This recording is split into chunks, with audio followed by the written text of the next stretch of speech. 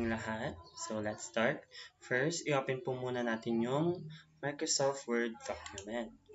So, pindutin po natin yung file sa may gilid, dito sa may taas, and then new black documents. So, my name is Jericho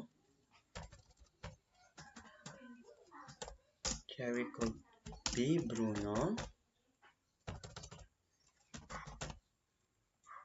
And Control A lang po natin siya para ma-select po lahat. Then, pindutin po natin yung Control Shift greater than sign para mapalaki po yung text natin. Yan, okay na yan. So, let's press Control A to select all.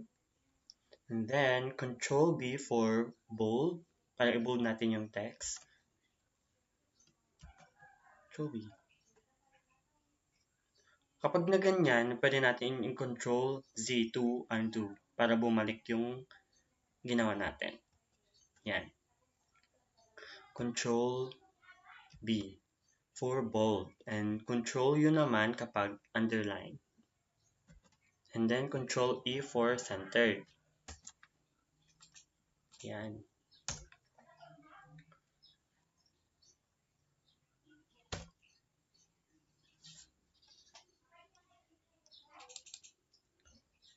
So, hello.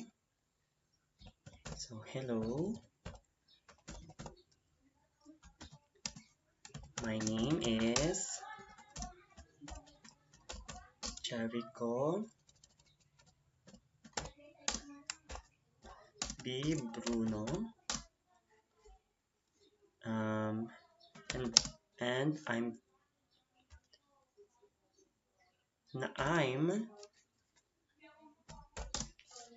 taking a Bachelor of Science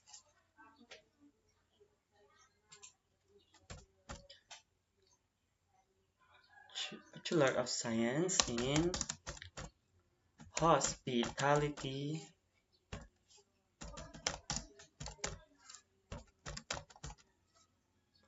Management. Ganyan, pwede natin i-control ito, pwede natin itong i-select. Tapos tanggalin natin underline. Then yung bold. Yan. And I am 21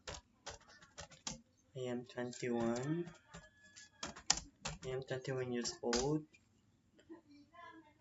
from San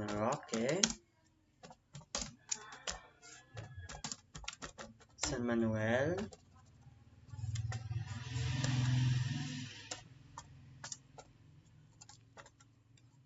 Pangasinan. And I love singing, eating,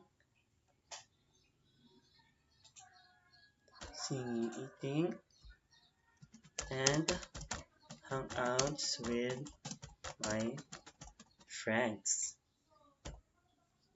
So, dito, pwede natin itong gamitan ng iba't ibang fonts, size, and alignments. So, first, dito sa my hello, my name is Jericho B. Bruno, pwede natin siyang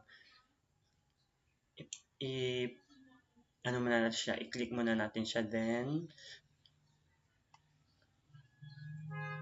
Control D for font dialog. Control D. Yan, pwede tayong mamili dito. So, ang napili ko dito is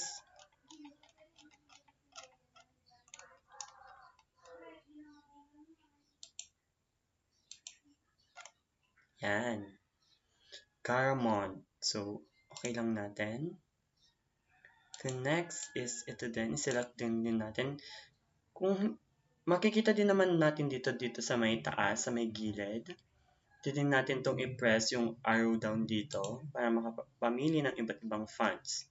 So, ito. So, ganun din dito. I-select lang din natin.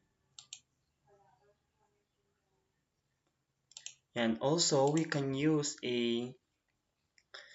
iba't ibang size.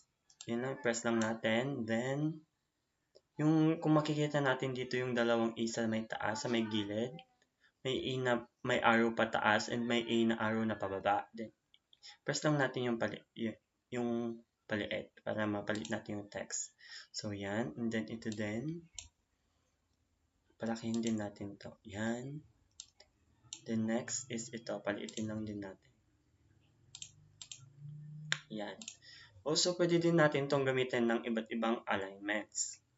First, select lang din ulit natin. Then, dito, sa may gitnang banda, pwede din natin itong pindutin or Control E for center. Yan. And, select lang din natin. Control G to justify naman. Yan. Justify. And, Control R naman kapag align content. Pag nilagay natin sa gilid. Yan.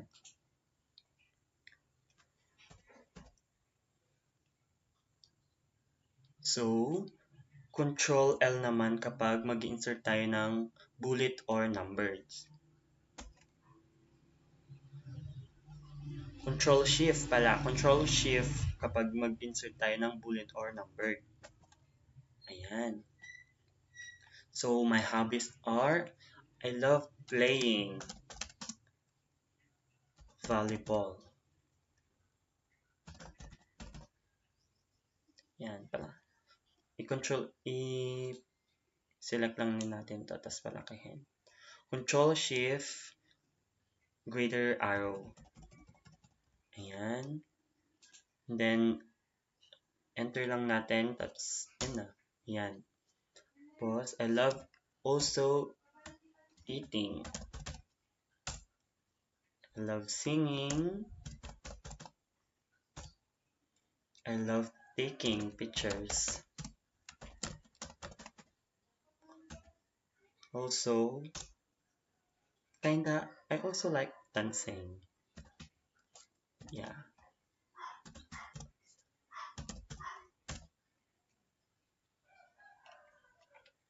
And the next naman is,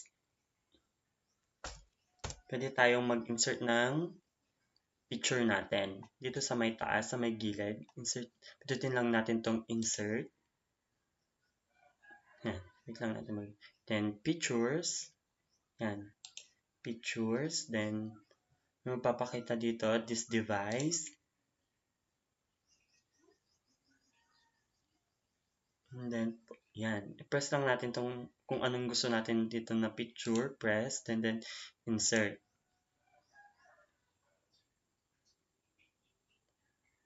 Yan, wait lang natin yan.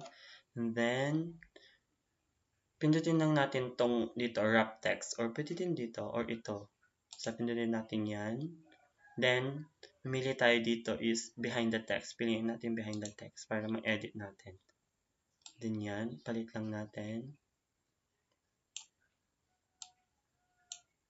Yan. So, yun na. Naka-insert na tayo ng pictures natin. So, as I mentioned kanina, kapag, like, for example, nagkamali tayo na erase natin to. Yan, i-control Z lang natin, undo, para bumalik yung na-erase. Sige lang. Yan. Bumabalik, di ba? And then, control A pag sinelect natin lahat. Ganyan. Example A. Ganyan. Yan yun, di ba? Control A kapag isi-select natin lahat. Control E naman kapag isi-center natin. Try natin. Yan. Control E. Control Z kapag ibabalik natin. Yan. And then, Control L for left align. Yan, left align kapag linalagay natin sa left. Ito, Control L. Yan, di ba? Pupunta siya. Control Z ulit. Yan. Kung ano naman, kung gusto na naman natin i-underline lahat, yun nating ito, kunwari, gusto natin itong i-underline or i-bold. Control B. Then, Control U for underline. Kung ayaw naman natin, Control Z natin. Yan, para bumalik sa dati. And kapag gusto naman natin siyang i-justify, yan, Control J. Yan, pero hindi nagbago. Control Z na lang natin. Yan. And kung gusto naman natin i-print, yan, Control P.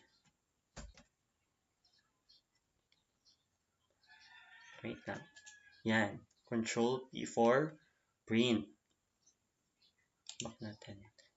Kung gusto din naman nating i-save, pwede natin Control S para i-save yung document na ginawa natin. Yan, Control S to save the file.